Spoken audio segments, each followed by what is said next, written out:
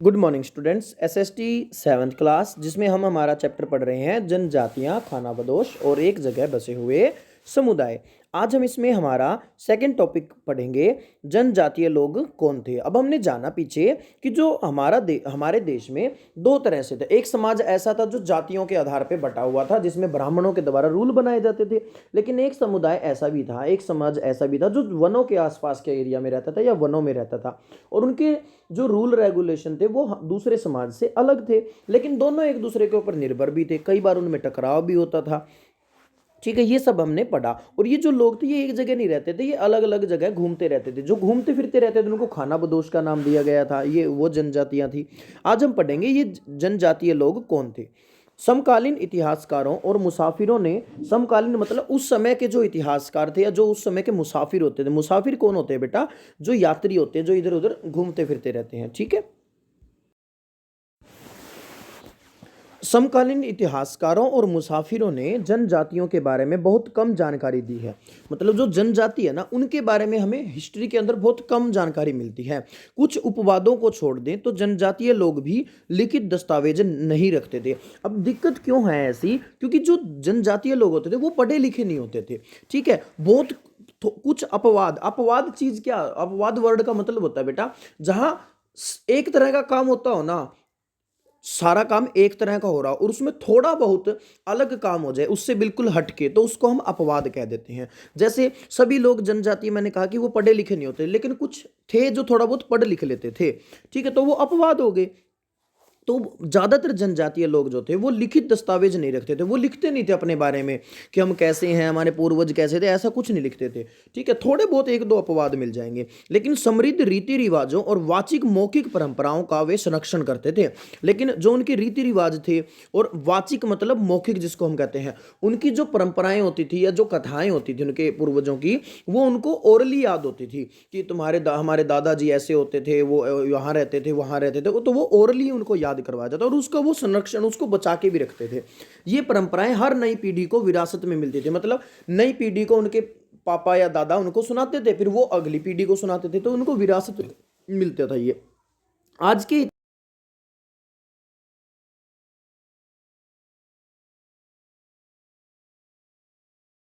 थोड़ी बहुत नॉलेज मिली है, जैसी भी नॉलेज मिल रही है वो इसी वजह से तो मिल रही है। हमने उनसे सुना कि तुम्हारे पूर्वज कैसे होते थे, तुम कैसे कैसे रहते थे, तुम्हारे क्या क्या रीति रिवाज होते थे, तो उन्होंने हमें ओरली बताया और इतिहास में लिख लिया वो। ठीक है, जनजातीय लोग भारत के लगभग हर क्षेत्र में पाए जाते थे। किसी भी एक जनजाति का इलाका और प्रभाव समय के साथ साथ बदलता रहता था। कोई भी एक जनजाति थी तो वो इलाका भी बदलती थी और उसका प्रभाव भी बदलता था। मतलब कभी वो शक्तिशाली, कभी वो थोड़े कमजोर हो जाते थे। आगे, कुछ शक्तिशाली जनजातियों का बड़े इलाकों पर नियंत्रण था।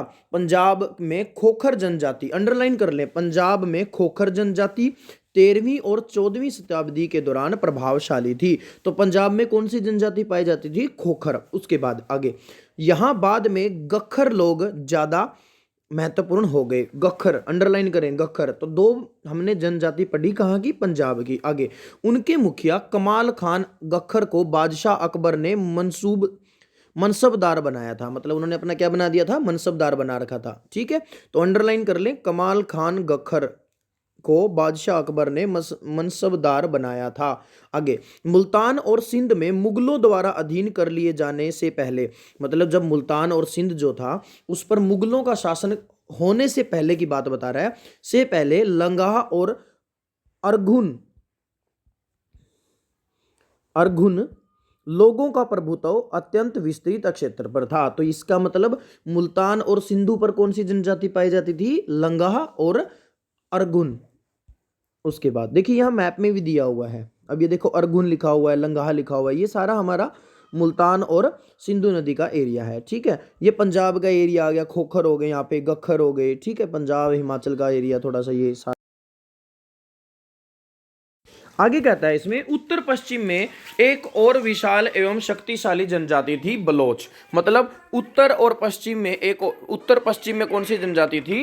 एक बलोच, जिसको आज उस जगह को आज बलूचिस्तान के नाम से ही जाना जाता है। ये लोग अलग अलग मुखियों वाले छोटे छोटे कुलों में बटे हुए थे। कुल क्या होता है?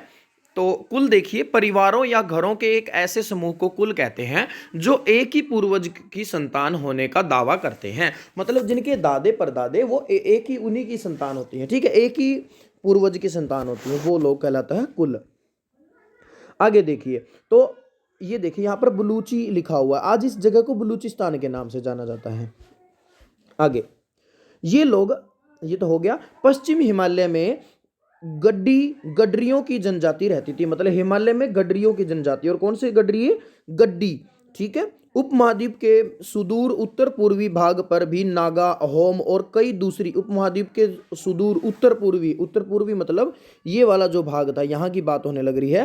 तो यहाँ की जो बात हो रही है, यहाँ पर भी बहुत सारे लोग मतलब जो थे रहते थे। तो यहाँ पर कौन सी जनजाति थी? यहाँ पर एग्जाम्पल दे रखे हैं, नागा। नागा जो है आज नागालैंड के नाम से जाना जाता है, तो नागा प्रजाति, वहाँ पर नागा जनजाति रहती थी।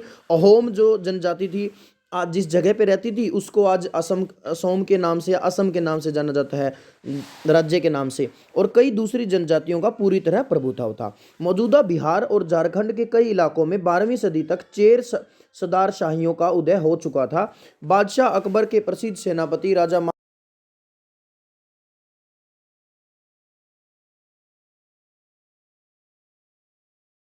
खासा माल इकट्ठा किया गया।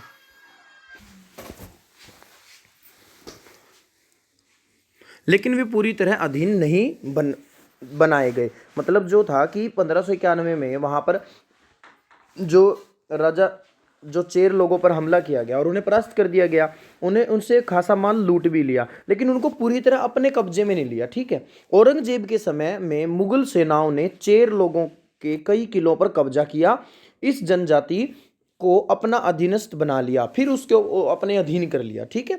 इस क्षेत्र में रहने वाली महत्वपूर्ण जनजातियों में मुंडा और संताल थे। तो यद्यपि ये उड़ीसा और बंगाल में भी रहते थे, वैसे ये उड़ीसा और बंगाल में, अब मैप देखो एक बार, मुंडा और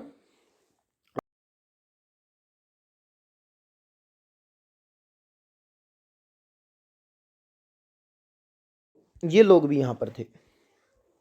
उसके बाद कर्नाटक और महाराष्ट्र की पहाड़ियां कोली, बेराद तथा कई दूसरी जनजातियों के निवास स्थान थी। कोली लोग गुजरात के कई इलाकों में भी रहते थे। तो कर्नाटक और महाराष्ट्र में कौन सी जातियां थी? कोली और बेराद, और कुछ और भी जनजातियां थी। कोली जो थे गुजरात में भी रहते थे।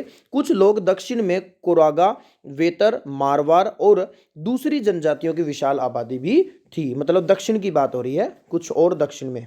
देखिए यहाँ पर ये बादागस है, मारवाड़ है, वेतर है, ये कोरागा है, बेराद है, काटकारी, कोली, भील। तो ये बहुत सारी जनजातियां यहाँ पर दिख रही है हमें। अब आगे रीड करते हैं। भीलों की बड़ी जनजातियां पश्चिम और मध्य भारत में फैली हुई थी। 16वीं सदी का अंत आते आते उनमें से कई एक जगह बसे हुए खेतीहर और यहां तक कि जमींदार बन चुके थे। मतलब जैसे जैसे समय बीत रहा था तो ये जनजातियां अब स्थायी रूप धारण कर रही थी, एक जगह बसकर अपना घर बार बना रही थी और खेती वगैरह और जमींदारी करनी शुरू कर दी थी। तब भी भीलों के कई कुल शिकारी संग्राहक बने रहे। फिर उस समय भी फिर भी बहुत सारे शिकारी संग्राहक भी बने रहे। मौजूदा छत्तीसगढ़, मध्य प्रदेश, महाराष्ट्र और आंध्र प्रदेश में गोंड लोग बड़ी तादाद में फैले हुए थे। तो ये जनजातियां थी। उसके बाद है खानाबदोश और घुमंतू लोग कैसे रहते थे, कि जो खानाबदोश हैं और जो घुमंतू लोग हैं वो कैसे रहा करते थे। देखिए खानाबदोश चरवाहे अपने जानवरों के साथ दूर दूर तक घूमते थे। चरवाहे थे भाई, अपने जानवरों को चराते रहते थे, तो जानवरों के साथ दूर दूर तक घूमते रहते थे। उनका जीवन दूध और अन्य पशुचारी उत्पादों पर निर्भर करता था, मतलब जो पशुओं से मिलता था। अब वे खेतीहर गृहस्थों से अनाज,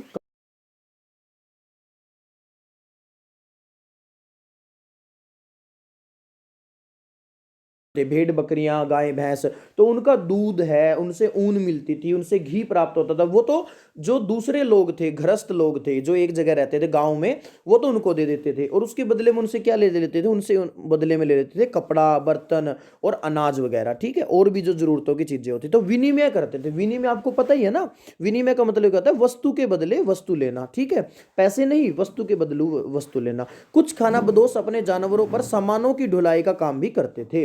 एक जगह से दूसरी जगह आते जाते हुए सामानों की खरीद फरोख्त भी करते थे। मतलब जब वो इधर उधर घूमते थे एक जगह से दूसरी जगह, तो रास्ते में सामान ले खरीदते भी थे और बेचते भी थे।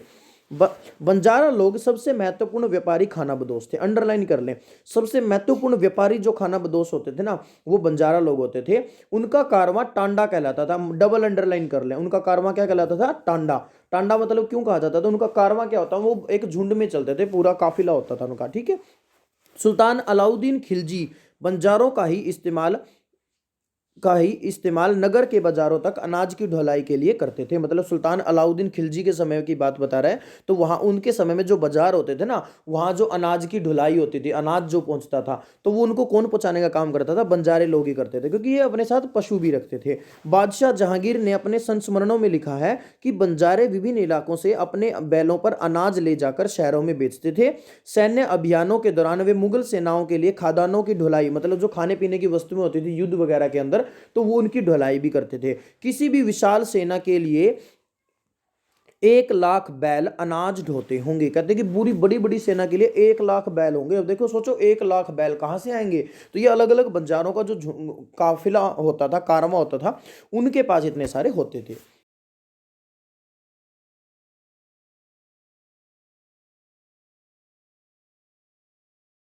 जैसे जानवरों को पालने पोसने और संपन्न लोगों के हाथ उन्हें बेचने का काम करते थे। मतलब बहुत सारे जैसे मवेशी हैं, घोड़े वगैरह जो पालते थे, पशु वगैरह पालते थे, तो उनको बेचने का काम भी करते थे। जो संपन्न लोग होते थे, पैसे वाले, उनको बेचते थे।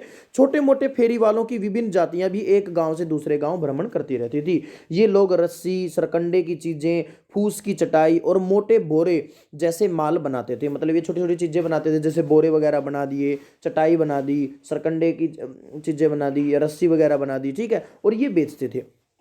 कभी कभी भिक्षुक लोग भी घुमंतु सौदागरों का काम करते थे।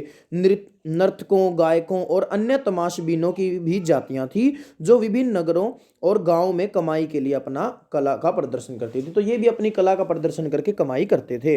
अब पढ़ते हैं बंजारों के बारे में। 17वीं सदी के आरंभ में भारत आने वाले एक अंग्रेज व्यापारी पीटर मंडी ने बंजारों का वर्णन किया। सुबह हमारी मुलाकात बंजारों की एक टांडा से हुई। टांडा मतलब एक कारवां से हुआ, जिसमें 14,000 बैल थे। सारे पशु गेहूं और चावल जैसे अनाजों से लदे हुए थे। ये बंजारे लोग अपनी पूरी घर गृहस्थी, बीवी और बच्चे अपने साथ लेकर चलते थे। मतलब सब साथ में होता था इनका, ठीक है। एक टांडा में कई परिवार होते थे। उनका जीने का तरीका उन भार वाहकों से मिलता जुलता है, जो लगातार एक जगह से दूसरी जगह जाते रहते हैं। गाय बैल उनके अपने होते हैं। कई बार वे सौदागरों के द्वारा भाड़े पर नियुक्त किए जाते थे, लेकिन ज्यादातर वे खुद सौदागर होते थे। मतलब व्यापारी के रूप में भी हम कह सकते हैं, जो सामान बेचने का काम करता था। अनाज जहां सस्ता उपलब्ध होता था, वहां से खरीदते, और जहां उस जगह ले जाते जहां वह महंगा होता। मतलब मान लो सस्ता अनाज मिल गया कहीं से, वो खरीद लिया सारा का सारा बंजारों ने, अब उसको वहां बेच देते थे जहां महंगा होता था, तो क्योंकि उससे कुछ पैसे बन जाते थे उनके, या कुछ और सामान ले लिया जाता था। आगे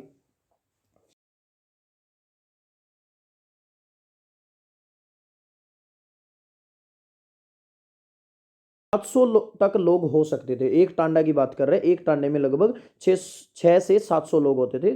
600 से 700 तक। वे एक दिन में 6 या 7 मील से ज्यादा सफर नहीं करते थे, ठीक है। यहां तक कि ठंडे मौसम में भी, चाहे ठंडा मौसम हो चाहे गर्म हो, 6-7 मील करते थे। आगे अपने गाय बैलों पर से सामान उतारने के बाद वे उन्हें चरने के लिए खुला छोड़ देते थे, क्योंकि जहां जमीन पर्याप्त है और उन्हें रोकने वाला कोई नहीं है। मतलब क्योंकि जहां यहाँ पर क्या है, जमीन बहुत खुली थी उस समय, इतने घर वगैरह नहीं थे, बहुत सारी जगह तो ना वीरान पड़ी होती थी, ठीक है, और उन पे घास, पेड़ पौधे, झाड़ियां वगैरह लगी होती थी। पता करें कि आजकल गांव से शहरों तक अनाज ले जाने का काम कैसे होता है। आजकल क्या करते हैं, आजकल बहुत सारे व्हीकल चल रहे हैं भाई। बंजारों के तौर तरीकों से यह किन मायनों में भिन्न या असमान है? तो उनसे तो बहुत ज़्यादा अलग भी हो गया है, ठीक है। वो पहले सामान के बदले सामान लेते थे, अब वाले क्या करते हैं, अब सामान के बदले पैसे लेते हैं। दूसरा, आजकल ये गाय बैलगाड़ियाँ वगैरह तो बहुत ही कम रह गए। बैलगाड़ियाँ वगैरह फिर भी रह गई, थोड़ी बहुत भैंसा गाड़ी रह गई है, अदरवाइज इतना ज़्यादा वो जो पहले वाला सिस्टम था वो तो खत्म ही हो चुका है। तो ये था बेटा आज के हमारे 2 टॉपिक जो हमने किए। कल हम पढ़ेंगे बदलता समाज, नई जातियां और श्रेणियां, और उसके साथ नज़दीक से एक नज़र, ये पढ़ेंगे। और कल हम इस चैप्टर को कंप्लीट कर लेंगे। Thank you, have a good day.